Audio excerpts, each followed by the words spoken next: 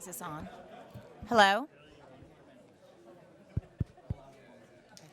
Hello? Hello? Is it working? If everyone could have a seat, please, so we can start the meeting.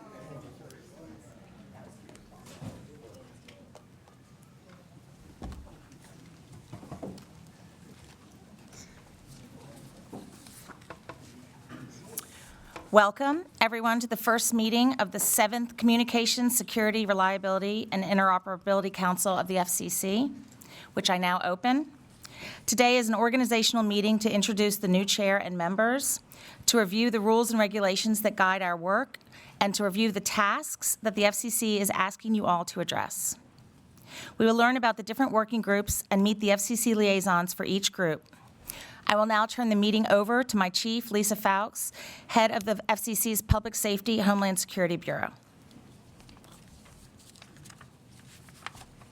Good afternoon. That's the best good afternoon response that I've ever had.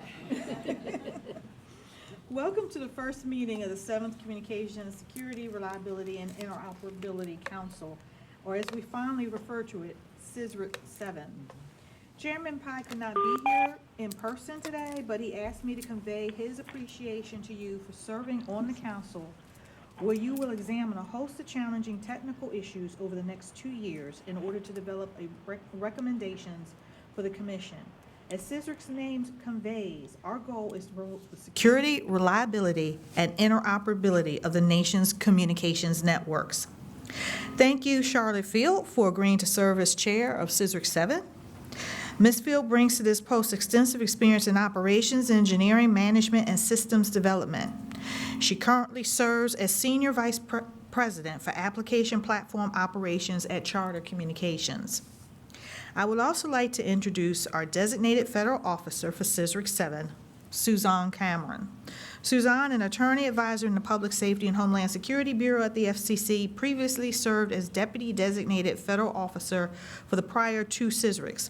So you are in experienced and very capable hands. And what a busy council it will be. As you will soon hear in greater detail, you will be charged with examining issues related to promoting network security, including security for 911 and 5G networks, broadcaster resiliency, and strengthening emergency alerting. These are public safety matters that go to the heart of one of the FCC's core missions, protecting the safety of life and property through use of communications. CSRIC 7 members represent a wide range of stakeholders, including public safety organizations, state, local, tribal, and federal government, small and rural communications providers, and nationwide telecommunications providers, among others.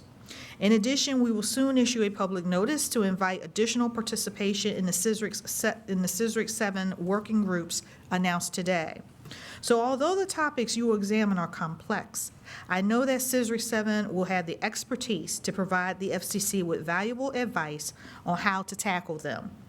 You have heard a lot of hard work ahead of you, so I will close this by thanking you in advance for all of your efforts, which can benefit America's communication systems and therefore the country. Thank you. So first of all, I'd like to thank Lisa and also Chairman Pai and Suzanne for this opportunity to serve as the chair. That's number one. Number two is I've looked at all the people that are on the CSRIC 7 group, and it is an outstanding group of individuals that will for sure be able to help us with the working groups that we have, which is 6 in number. And with that, I'm going to turn it over to Paula. Okey doke. Does this work? Okay, this is the boring part, which simply outlines, it is, I'm sorry, but it simply outlines some of the things that, some of the big picture things we need to do to make sure that once you come up with recommendations, the commission can use them and can rely on them if they want to in guidance and in orders without risking someone saying, aha, you've made a mistake on a procedure, and therefore you can't rely on anything that CSRIC's been working on for 24 months. That hasn't happened to us, but it has happened to other agencies, so, fingers crossed, we'll still be good. So you operate under the Federal Advisory Committee Act and under the GSA regs. When you look at the rules, most of the rules are to implement the general principles of the Advisory Committee Act, which are openness in government and a balanced, diverse, and knowledgeable membership. And it's sort of ironic because the act is often triggered when people are seeking consensus recommendations. But the irony is because everyone is diverse and our groups tend to be balanced, there are so rarely consensus recommendations because people have different positions. That's still our goal, but we recognize that there won't be consensus on every issue. Under the Act, you'll have timely notice of meetings. Usually to you folks, it's by email or a public notice, but we also have to publish the notice 15 days in advance in the Federal Register or have a really good explanation of why we did. Sometimes those came up, the good explanations, when the government was closed last year. So some of our meetings were that we wanted to squeeze in, were done more quickly. But so generally, we try to outline things in advance, let you guys know, work with you on good timing, and then we'll publish in the Federal Register. Public attendance is required under the Advisory Committee Act, but occasionally, and it could happen with a group like yours where you're discussing technical matters, occasionally, if there are things that are considered security issues, we can close the meeting.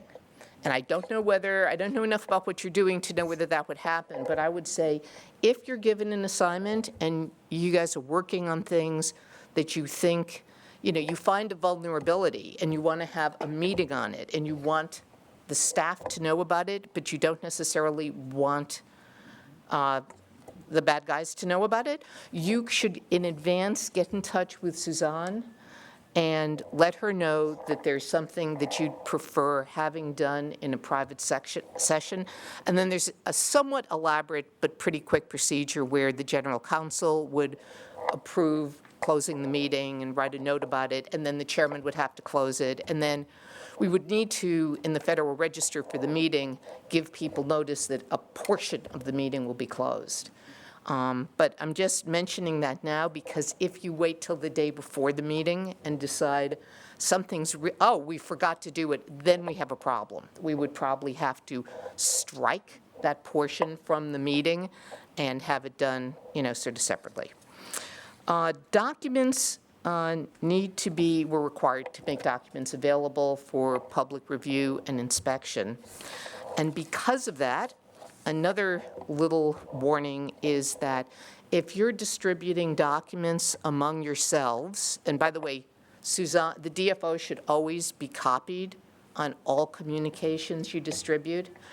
But if you're distributing it and you're realizing, this is sort of confidential, this is about a problem we've had with our company, or this is something we've researched and we see could be a problem, when you distribute that document or that email chain, you should mark it as confidential and look at our rules, section 0.459, and evaluate how to request confidentiality for it. So that's 47 CFR 0.459. And you'd probably check with your own counsel before doing it, or just call Suzanne before you send it out, because again, it's something you want to mark in advance as being something that should be restricted. And again, for the stuff you're doing, I could see that, maybe coming about.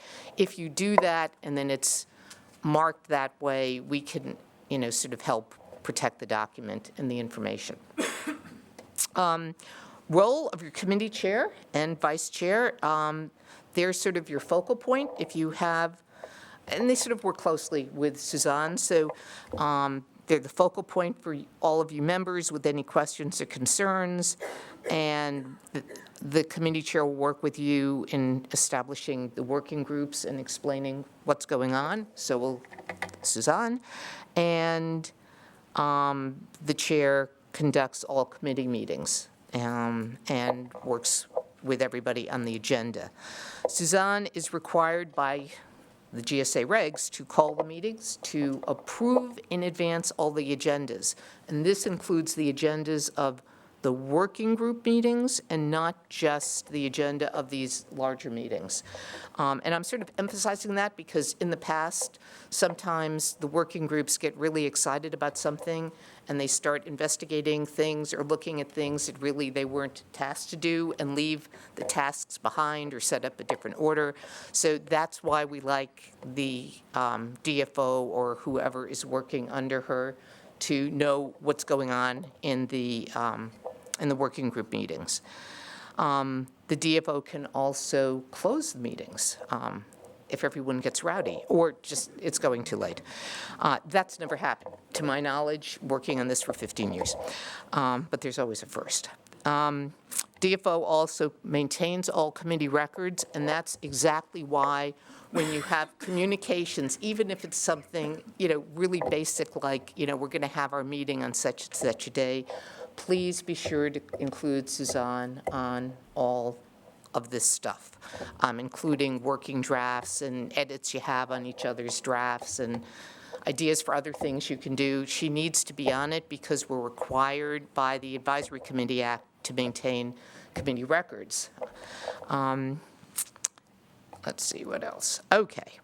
So one of the major stumbling blocks, and it sometimes gets confusing if you haven't been on these advisory committees before, is the difference between the working group, which sometimes we call subcommittees, but the working groups and the full committee.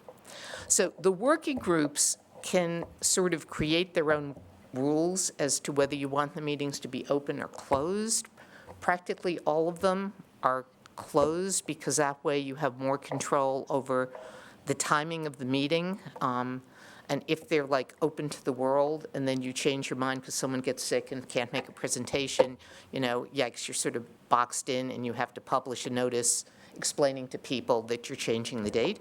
So usually they're closed.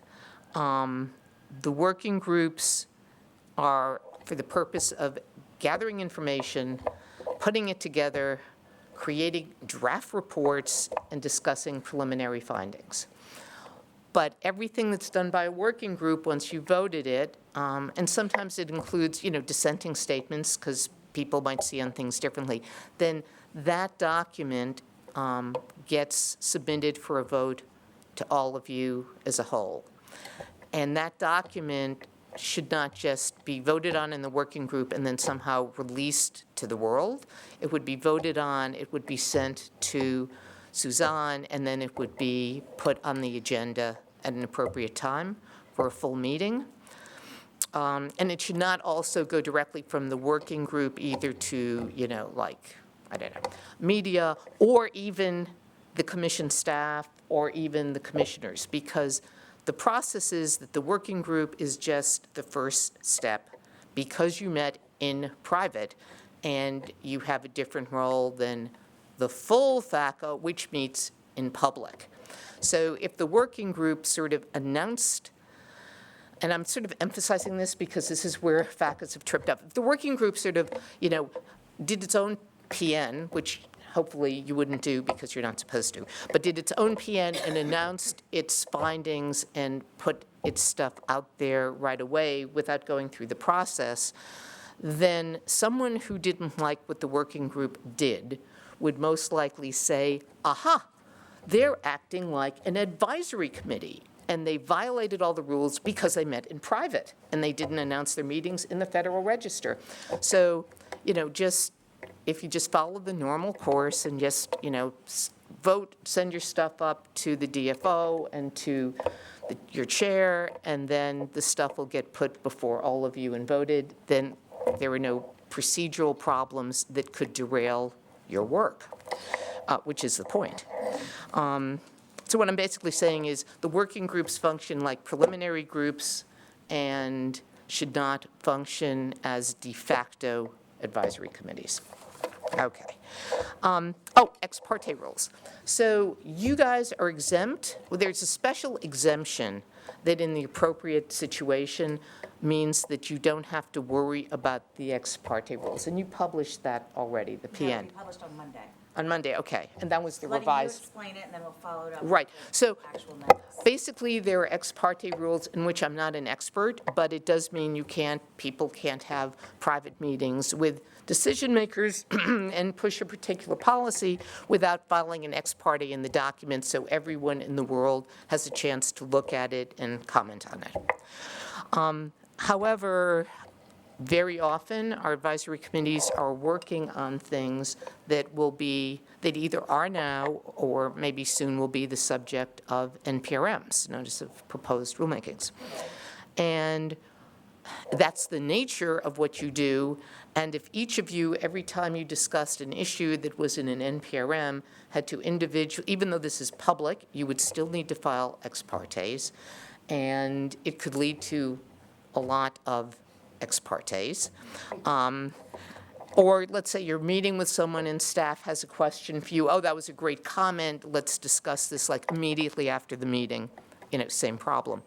So what we've done, what we've come up with in the General Counsel's office, working with the bureaus, is we've created an exemption so that when you say things at working groups or at full committee meetings or immediately adjacent to committee meetings, and you're performing your duties not as an individual representative in a sense of your group, but you're acting in your capacity as a member of this group, then you don't have to worry about filing ex partes.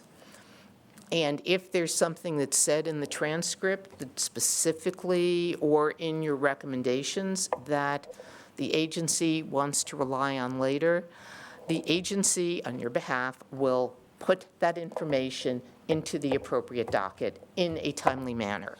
So stuff will be made available for the public, but it just, there'll be a little bit of a delay. You won't have to file something within whatever the rule is, 48 hours or 24 hours, whatever.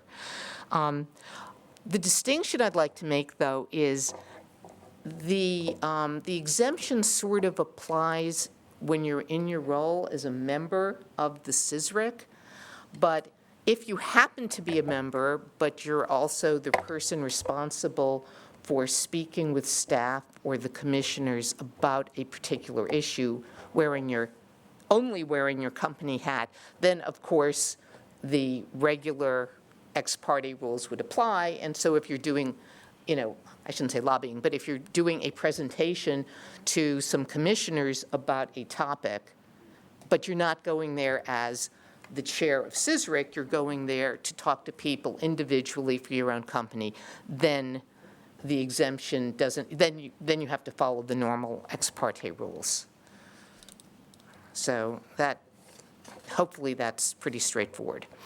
And just one other practical issue, and I don't know whether it applies to anyone here, but so occasionally people file op-ed opinions, or you're a technical specialist on something and you write an article in a technical journal, and maybe it touches on some issues that the CSRIC is considering, agreeing or disagreeing with the CSRIC's position. And then at the end, sometimes people sign and say, I'm so-and-so, chairman, head of the working group on X, Y, and Z. And we've had this happen. So,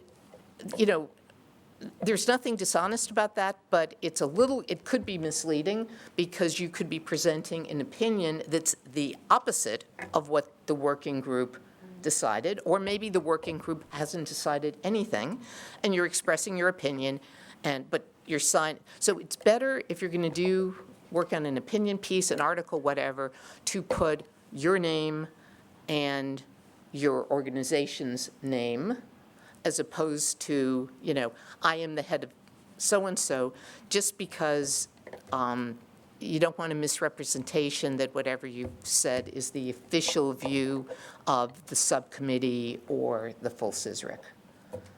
So this isn't about, stomping on First Amendment. This is just about making sure that everyone, understands what role you're doing when you do these kinds of articles.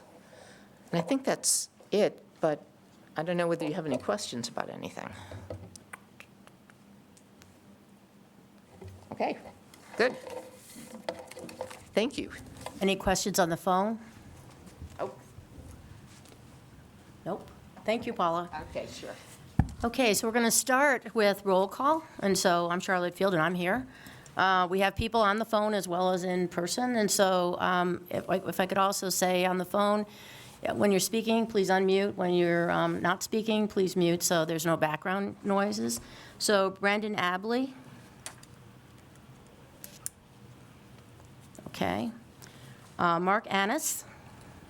Yeah, here. Thank you. Mary Boyd. Yes, ma'am, I'm on. Thank you. Thank you, Mary. Wade Buckner. Here. Thank you. Thank you. Brian Daly. Yes, Brian Daly's here. Thank you. Jay English. I saw Jay. Here. Lori Flaherty. Here. Craig Fougat. Craig's here. Did I pronounce it correctly, Craig? Fugate works. Okay, thank you. Robert Gessner. I am here. James Gorky. Madam Chair, it's Mary Boyd. Mr. Gerke is traveling and he's in and out of coverage, so he's kind of coming and going in the meeting, but he is attending. Okay. Mark Hess. Here. Antoine Johnson.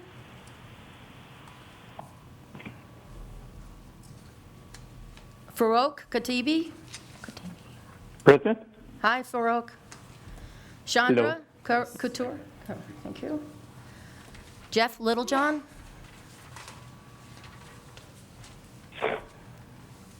Jeff Littlejohn. Tim Lorello. Here. Thank you. Michelle Manelli McInerney. Sorry about that. Danny McPherson.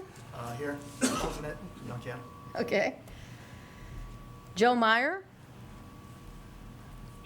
Penny Rogers is on for Joe Meyer. Susan Miller. Here. Richard Perlato. Here. Thank you. Michael Rapp. Michael Rapp. Present. Yes, here. Thank you. Pat Roberts. Pat Roberts here. Thank you. Jeff Robertson. Present. Thank you. Travis Russell. Present. Francisco Sanchez. Here. Thank you. Dorothy Spears Dean. Present. Thank you. Lee Thibodeau. Here. Thank you. Brian Trosper. Here. Thank you. Steve Watkins. Here. Thank you. And John Williamson. Here. Thank you. So it looks like we have a good representation today, so thanks everyone for being here. And again, today what we're really going to do is we're going to walk through the working groups and what the working groups will be.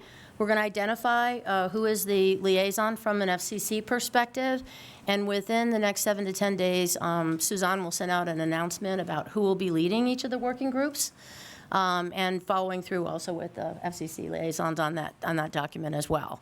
So first of all, I'm going to talk a little bit about what the working groups are. So the first working group is called Alert Originator Standard Operating Procedures. And essentially, the description of that group will be as follows, and James Wiley will be the representative from the FCC supporting it. So standard operating procedures for communications between stakeholders are essential tools for both communication service providers and alert originators. Complete and well-developed SOPs that incorporate all stakeholders in the alert dissemination process enable faster and more effective response during emergencies when every second may count. The FCC directs CSRIC 7 to recommend model emergency alerting communications, SOPs, that emphasize engagement with all entities that contribute to the dissemination of fast and reliable emergency information to the public. The model SOPs should include recommendation on best practices for, number one, establishing and maintaining communications between industry stakeholders, examples being broadcasters, cable providers, wireless providers, et cetera, and alert originators. Two, developing and maintaining relationships between communications providers and alert originators that can readily be leveraged during emergencies. Three, measures to establish redundant and effective lines of communication with key stakeholders during emergencies, including Government Emergency Telecommunications Services, known as GETS, and the Wireless Priority Service, known as WPS. And lastly, 4, the important elements that should be included in alert messages that retract or correct false alerts. The milestone will be a report on the standard operating procedures for emergency alerting communications, which will be focused on, will be the focus of the September 2020 CSRIC 7 meeting. Working Group 2 is entitled Managing Security Risk in the Transition to 5G. The FCC liaison is Kurian Jacob. The description is as such. As fifth generation, known as 5G, wireless technology is widely developed by wireless service providers in the United States and around the world. Its evolutionary design will incorporate a number of existing standards from previous generations. This approach risks the persistence in 5G of security issues that exist in currently deployed networks. For example, researchers have identified several vulnerabilities in the attach, detach, and paging procedures of earlier generation wireless technologies that may negatively affect the confidentiality, integrity, and availability of wireless networks and continue challenges in avoiding fake base stations in 5G. The FCC directs CSRIC 7 to review the risks to 5G wireless technologies that may carry over from existing vulnerabilities in earlier wireless technologies that can lead to the loss of confidentiality, integrity, and availability of wireless network devices.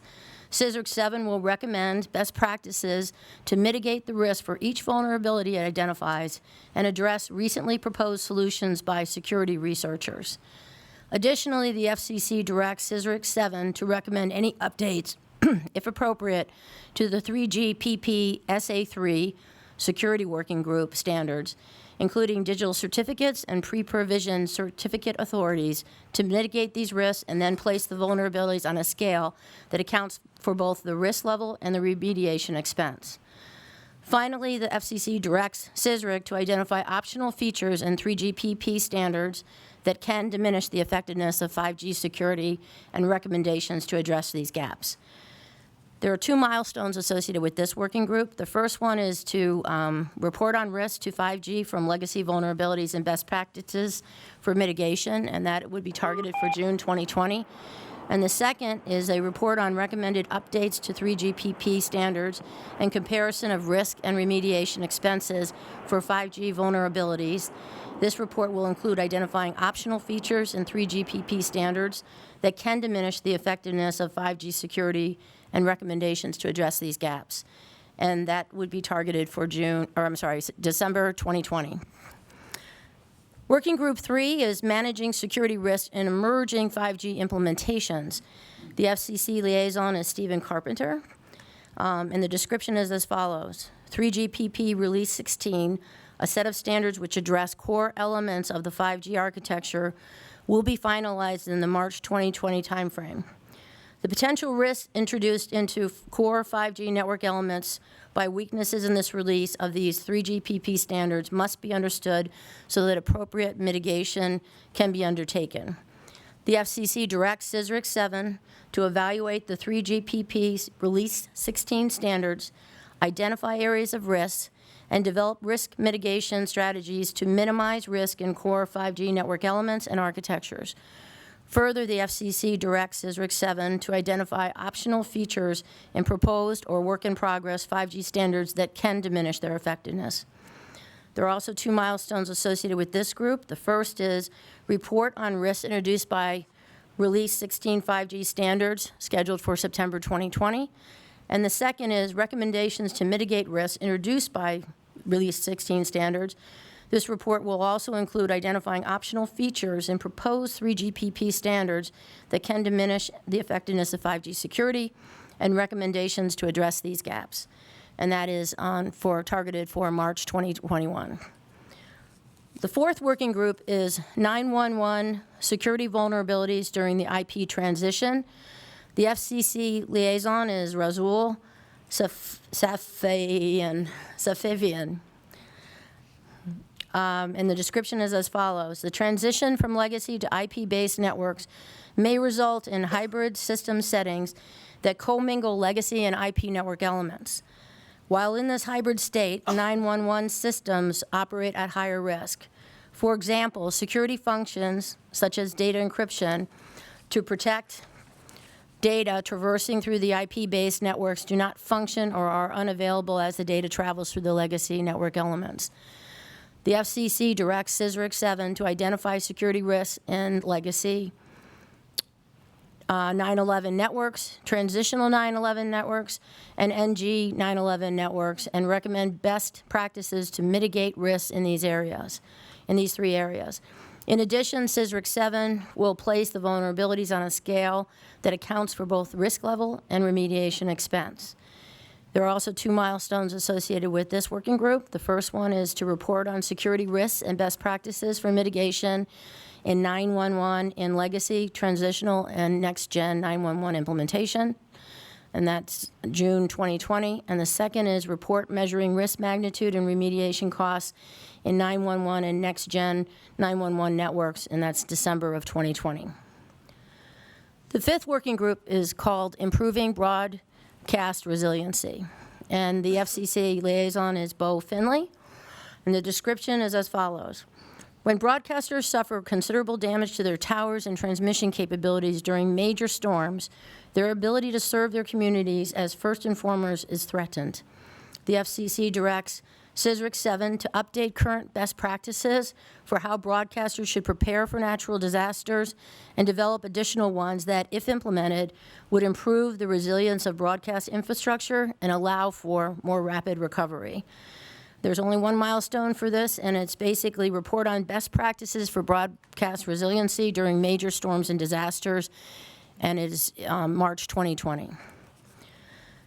And the last working group is entitled SIP Security Vulnerabilities, and the FCC liaison is Ahmed Lajouji, and the description is as follows. Session Initiation Protocol, SIP, is an application layer control, meaning signaling protocol for creating, modifying, and terminating sessions with 1 or more participants. These sessions include internet telephone calls, multimedia distribution, and multimedia conferences. Because SIP is used to initiate voice sessions, it is also important for 911 service. The FCC directs CSRIC 7 to review the security vulnerabilities affecting SIP that affect the provision of communication services. CSRIC 7 should outline how industry is addressing these vulnerabilities, identify any gaps in industry action, update any existing best practices relevant to SIP, and develop additional ones that, if implemented, would address such vulnerabilities and mitigate the risks, including the promotion of end-to-end security.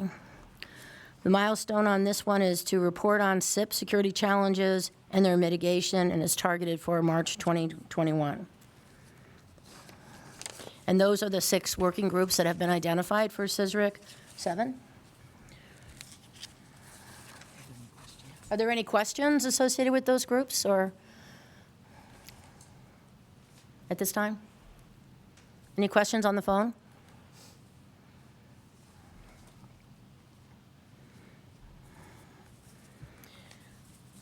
I think that Suzanne's going to make a couple of comments, but I think one of the things I just wanted to reinforce is that Suzanne will be coming out with a memo in the next 7 to 10 days, which will identify the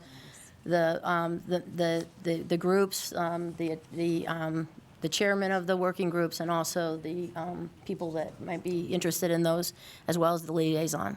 So with that, I'm going to turn it back over to Suzanne. Hi, yes, just to clarify, we'll be, is this working?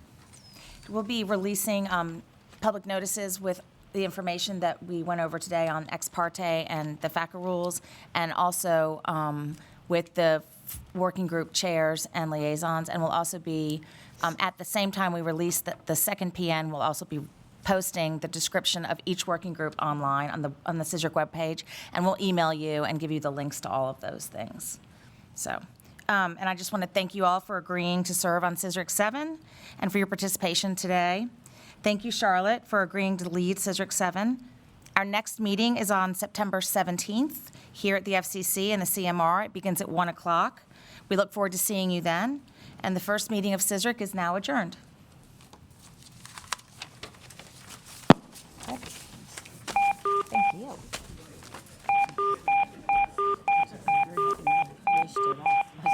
I was worried. I'm